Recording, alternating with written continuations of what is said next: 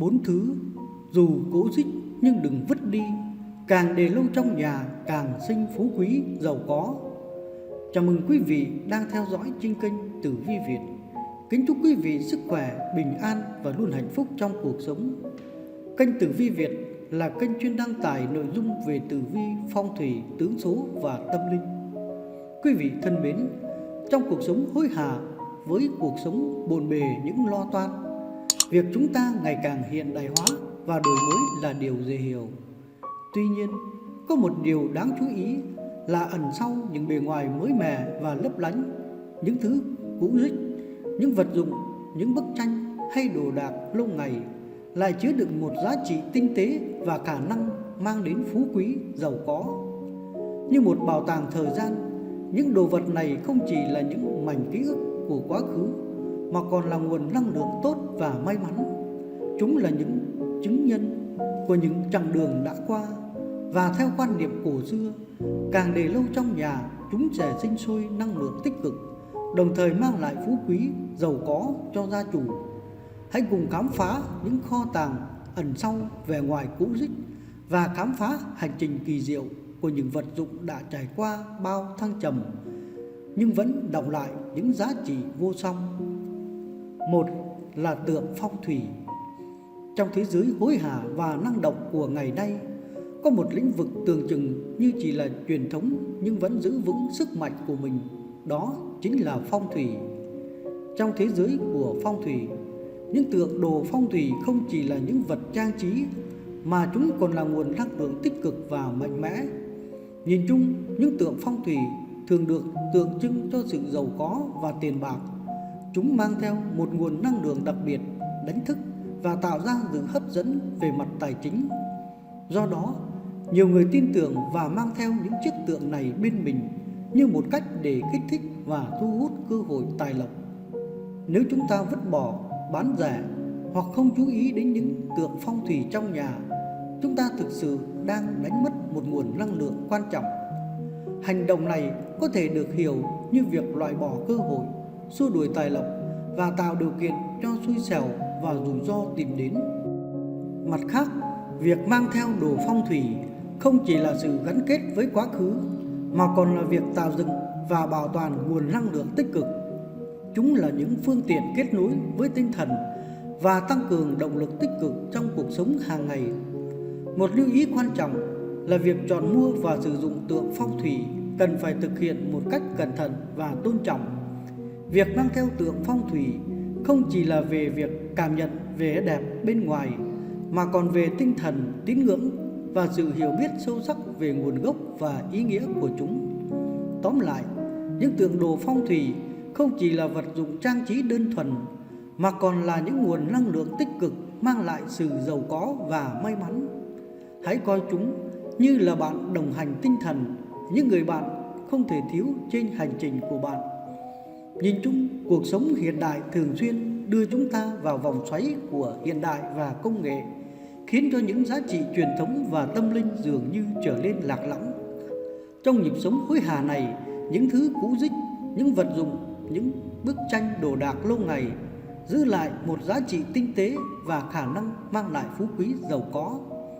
Những bảo vật lâu đời như những chiếc tượng phong thủy không chỉ là những đồ vật trang trí mà còn là nguồn năng lượng bí mật đưa chúng ta gần với sức mạnh vô hình mà chúng ta thường xuyên xem nhẹ.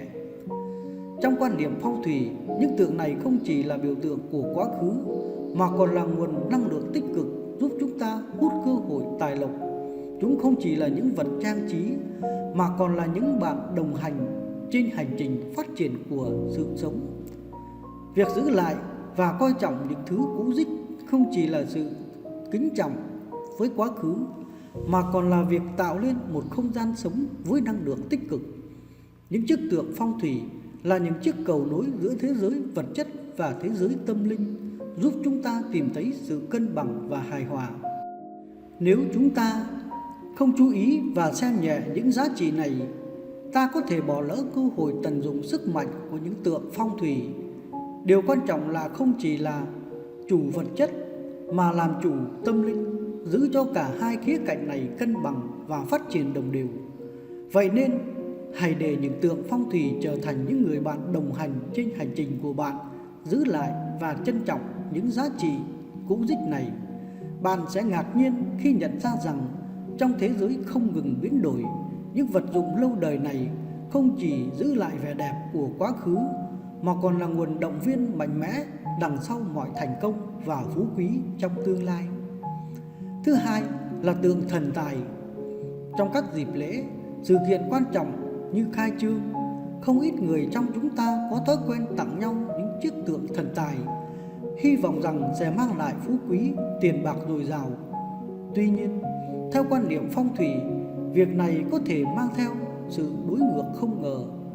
Truyền thống phong thủy đặt ra quan điểm rằng tượng thần tài không lên được cho đi, mà chỉ lên được giữ trong nhà. Nếu bạn nhận được một chiếc tượng thần tài từ người khác, đặc biệt là nếu họ đã sử dụng qua, theo quan niệm này, việc đó có thể mất lộc từ nhà bạn. Nguyên tắc này nảy sinh từ quan điểm rằng thần tài không chỉ là biểu tượng của tài lộc mà còn chứa đựng một lượng lớn năng lượng tích cực. Việc cho đi có thể được hiểu là việc làm mất đi năng lượng tích cực đó và chấm dứt chuỗi dòng chảy lộc phúc trong nhà. Hơn nữa, đối với người nhận tượng thần tài, việc sử dụng một chiếc tượng đã từng thuộc sở hữu của người khác cũng được coi là không lợi. Theo quan điểm này, năng lượng của người khác có thể gắn kết với tượng và mang theo những tác động không mong muốn đến gia chủ mới. Tuy nhiên, không phải ai cùng tin tưởng hoặc quan niệm theo quy luật phong thủy này. Mỗi người có cách nhìn nhận và tin tưởng riêng. Trong khi một số người coi đây là quy tắc cần tuân theo để bảo vệ tài lộc gia đình, thì có những người lại xem đó là quan niệm cổ quái và không có cơ sở khoa học. Tóm lại, trong thế giới đầy bí ẩn của phong thủy, quy luật về việc giữ hay cho tượng thần tài có thể khiến nhiều người trầm trồ và cẩn trọng hơn trong việc lựa chọn và sử dụng những vật trang trí mang tính tâm linh này. Mặc dù quy tắc giữ tượng thần tài có thể là một quan niệm phổ biến trong giới phong thủy, nhưng vẫn có những cách để bảo vệ tài lộc và năng lượng tích cực trong ngôi nhà mà không phải làm mất đi sự lịch sử của các vật trang trí này. Một trong những giải pháp là tạo một không gian đặc biệt để đặt thần tài.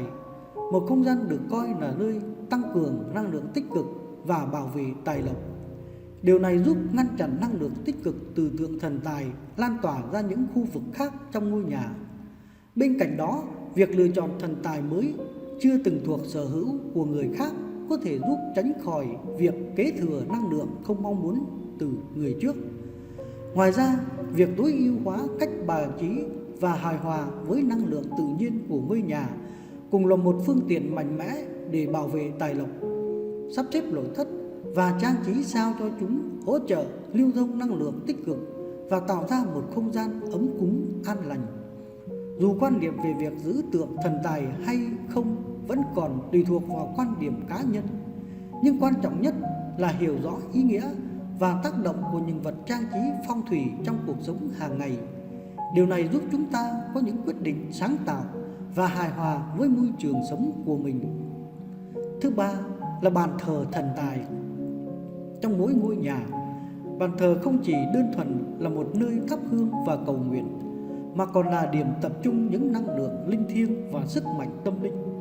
Trong đó, bàn thờ thần tài đóng vai trò quan trọng, là nơi đón lộc, mang lại tài lộc và may mắn cho gia chủ. Theo quan điểm phong thủy, bàn thờ thần tài không chỉ là đại diện cho sự kính trọng và tôn sùng đối với thần linh, mà còn liên quan chặt chẽ đến vận mệnh, tài lộc của gia chủ. Việc chọn lựa và trang trí bàn thờ phản ánh đúng với tuổi và mệnh của gia chủ, từ đó tạo lên một không gian linh thiêng, hài hòa, thuận lợi để hấp thụ năng lượng tích cực. Rất nhiều người sau thời gian sử dụng có thể cảm thấy bàn thờ không còn phát huy hiệu quả như trước, hoặc đơn giản là không còn nhu cầu sử dụng. Tuy nhiên, quan niệm phong thủy khuyến khích rằng việc vứt bỏ hoặc chuyển giao bàn thờ cho người khác có thể mang lại những tác động tiêu cực. Vứt bỏ bàn thờ thần tài đồng nghĩa với việc chia cắt mối liên kết linh thiêng với vận mệnh và tài lộc của gia đình. Nếu chúng ta không còn sử dụng bàn thờ, một cách tốt là tìm cách lưu giữ nó một cách tôn trọng chứ không phải đơn thuần là vứt bỏ. Ngoài ra, việc lựa chọn nơi để đặt bàn thờ cũng cần được xem xét kỹ lưỡng để đảm bảo rằng nó được đặt ở một vị trí hợp lý, có khả năng hấp thụ và giữ năng lượng tích cực, không tạo ra sự xung đột hoặc chướng ngại cho dòng chảy năng lượng trong nhà. Như vậy, bàn thờ thần tài không chỉ là nơi thực hiện nghi thức tâm linh mà còn là trung tâm của sức mạnh tài lộc và vận khí. Việc trân trọng và giữ gìn bàn thờ không chỉ là sự kính trọng với tâm linh mà còn là cách bảo vệ vận mệnh và tài lộc cho gia đình, tạo nên một không gian linh thiêng hòa hợp. Nếu nhìn nhận các tượng thần tài như một biểu tượng của cải và phú quý, chúng ta sẽ thấy giá trị tâm linh và năng lượng tích cực mà chúng mang lại. Thần tài không chỉ là hình ảnh được vị thần được thờ cúng mà còn là nguồn động viên tinh thần, đưa đến cho gia chủ niềm vui vững vàng và sự may mắn và thịnh vượng. Việc vứt bỏ bàn thờ thần tài không chỉ đơn thuần là việc loại bỏ một đồ vật mà còn có thể tạo ra sự chia cắt và phản bội trong không gian gia đình. Phong thủy khuyến khích việc giữ lại và bảo quản bàn thờ một cách cẩn thận, không chỉ để tôn trọng mối liên kết tâm linh mà còn để bảo vệ tài lộc gia đình khỏi những tác động tiêu cực. Như vậy, những chiếc bàn thờ và tượng thần tài, chúng ta không chỉ tìm thấy những biểu tượng của niềm tin tâm linh mà còn là những nguồn năng lượng tích cực đóng góp vào sự hài hòa và thịnh vượng của gia đình. Việc giữ gìn và tôn trọng những vật phẩm này không chỉ là việc bảo vệ tâm linh mà còn là cách bảo vệ và tăng cường tài lộc cho gia chủ. Thứ tư là vòng nhẫn dây chuyền phong thủy. Trong cuộc sống hối hả và nhanh chóng ngày nay, chúng ta thường xuyên bận rộn với công việc và cuộc sống xã hội. Tuy rằng đằng sau những đồ vật hàng ngày mà chúng ta sử dụng có một câu chuyện tâm linh và năng lượng độc đáo chứa đựng những tình cảm và linh hồn không ngờ.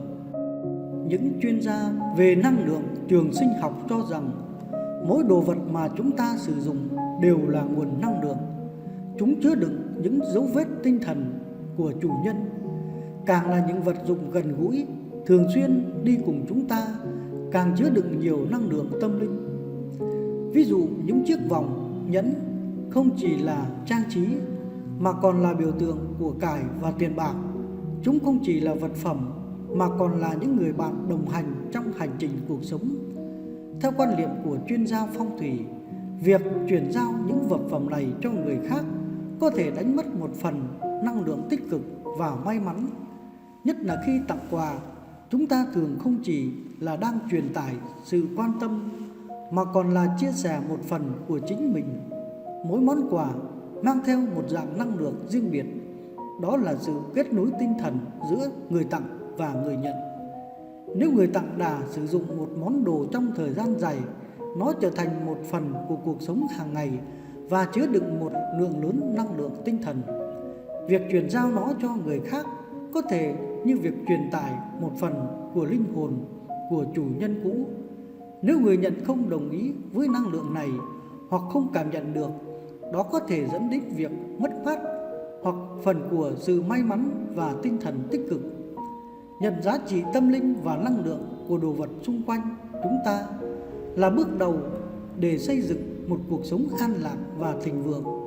Việc giữ gìn và tôn trọng những đồ vật này không chỉ là để bảo vệ bản thân khỏi những ảnh hưởng tiêu cực mà còn để duy trì một lưu lượng năng lượng tích cực trong cuộc sống hàng ngày. Vì vậy, hãy cân nhắc kỹ trước khi vứt bỏ hay chuyển nhượng những vật phẩm gần gũi với bạn. Đó không chỉ là việc đơn giản mà còn là sự giữ gìn cho bản thân và những người xung quanh. Mỗi đồ vật, dù nhỏ bé, đều có thể chứa đựng những điều kỳ diệu và làm thay đổi tích cực cho cuộc sống của bạn.